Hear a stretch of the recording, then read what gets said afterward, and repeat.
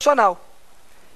Cresce a ideia, na doutrina inclusive, de que o poder público poderia até mesmo atuar autonomamente, mesmo sem essa expressa habilitação constitucional. Eu citei o 84.6a e citei o artigo 103 e 130. Né? Esses artigos falam expressamente em poder normativo autônomo lá, ou pelo menos em atos autônomos. Mas cresce a ideia até de que, mesmo em situações não expressamente colocadas na Constituição, o administrador poderia até mesmo atuar autonomamente, desde que ele venha atuar para satisfazer direitos fundamentais, para promover direitos fundamentais ou para satisfazer princípios maiores da Constituição. Não existe uma lei dizendo que o administrador tem que construir uma escola. Não existe uma lei dizendo que o administrador vai construir uma creche ou um hospital. Ele vai construir a creche ou hospital no caso concreto? Ou deve construir? Deve. Isso decorre do direito constitucional, da educação, da saúde, dos princípios maiores colocados no texto constitucional. A legalidade é para proteger o particular. Se a ideia é de proteger, como a gente viu lá na origem, o particular, o que não pode fazer o poder público é atuar autonomamente para prejudicar os particulares.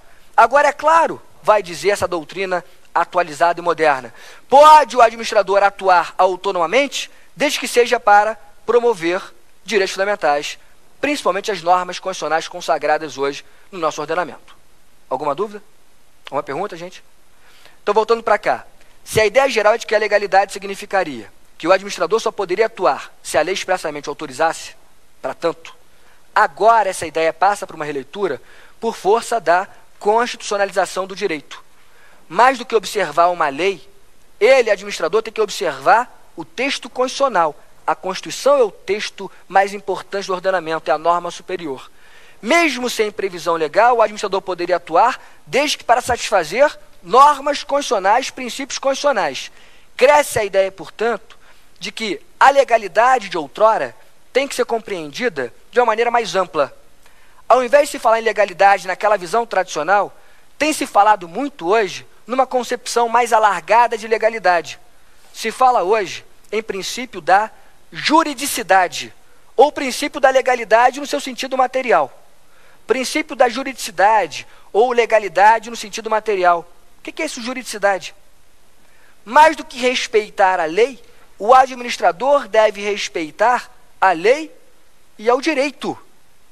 Ele não vai ter que respeitar apenas a lei, porque a lei é só um dos instrumentos colocados no ordenamento. Existem princípios outros constitucionais de igual hierarquia, a legalidade, a moralidade. Qual é mais importante, a legalidade ou a moralidade? A legalidade ou a impessoalidade? Os princípios estão no mesmo nível hierárquico na Constituição. Não só a lei o administrador vai respeitar, ele vai respeitar a lei, a impessoalidade, a moralidade, os princípios, as normas constitucionais como um todo, daí a ideia de juridicidade. O ordenamento constitucional coloca normas e o administrador público tem que respeitar essas normas, não só a lei, mas também as normas, principalmente as normas constitucionais. Essa ideia de juridicidade não é só uma ideia nova da doutrina, não. Ela está consagrada em lei. Lá no artigo 2º, parágrafo único, inciso 1, artigo 2º, parágrafo único, inciso 1, da Lei 9784 de 99. Artigo 2º, parágrafo único, inciso 1, da Lei 9784 de 99. Essa é a lei que trata do processo administrativo federal. Lá diz textualmente o artigo 2º, parágrafo único, inciso 1. O administrador tem que respeitar, entre aspas, a lei e o direito. Ali você retira a ideia de juridicidade expressamente positivada numa lei. Numa lei que, infelizmente, só se aplica ao âmbito federal, mas uma lei que traz uma noção moderna em relação àquela legalidade que a gente conhecia até então.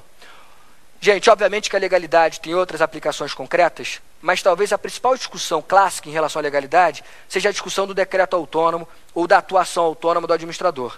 Pretendi trazer alguns casos concretos para demonstrar a releitura que essa legalidade sofre hoje. Claro que outras situações poderiam ser colocadas, a deslegalização hoje, que se discute nas agências, ou outras questões muito mais específicas e complexas.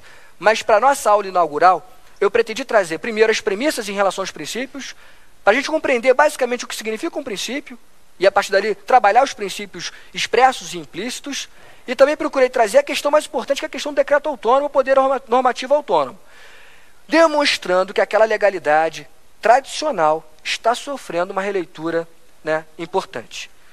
Eu queria agradecer a presença de todos, agradecer ao pessoal de casa, queria deixar aqui de novo, mais uma vez, o e-mail do curso. Eu queria convidar a todos, inclusive aqui os presentes, para a próxima aula em que a gente vai tratar de outros princípios expressos no artigo 37 caput, impessoalidade, né, moralidade, publicidade, eficiência, a gente vai tratar na próxima aula. Então convido a todos de casa aí para assistirem a próxima aula e continuar no estudo dos princípios do direito administrativo. Até a próxima aula, gente. Obrigado.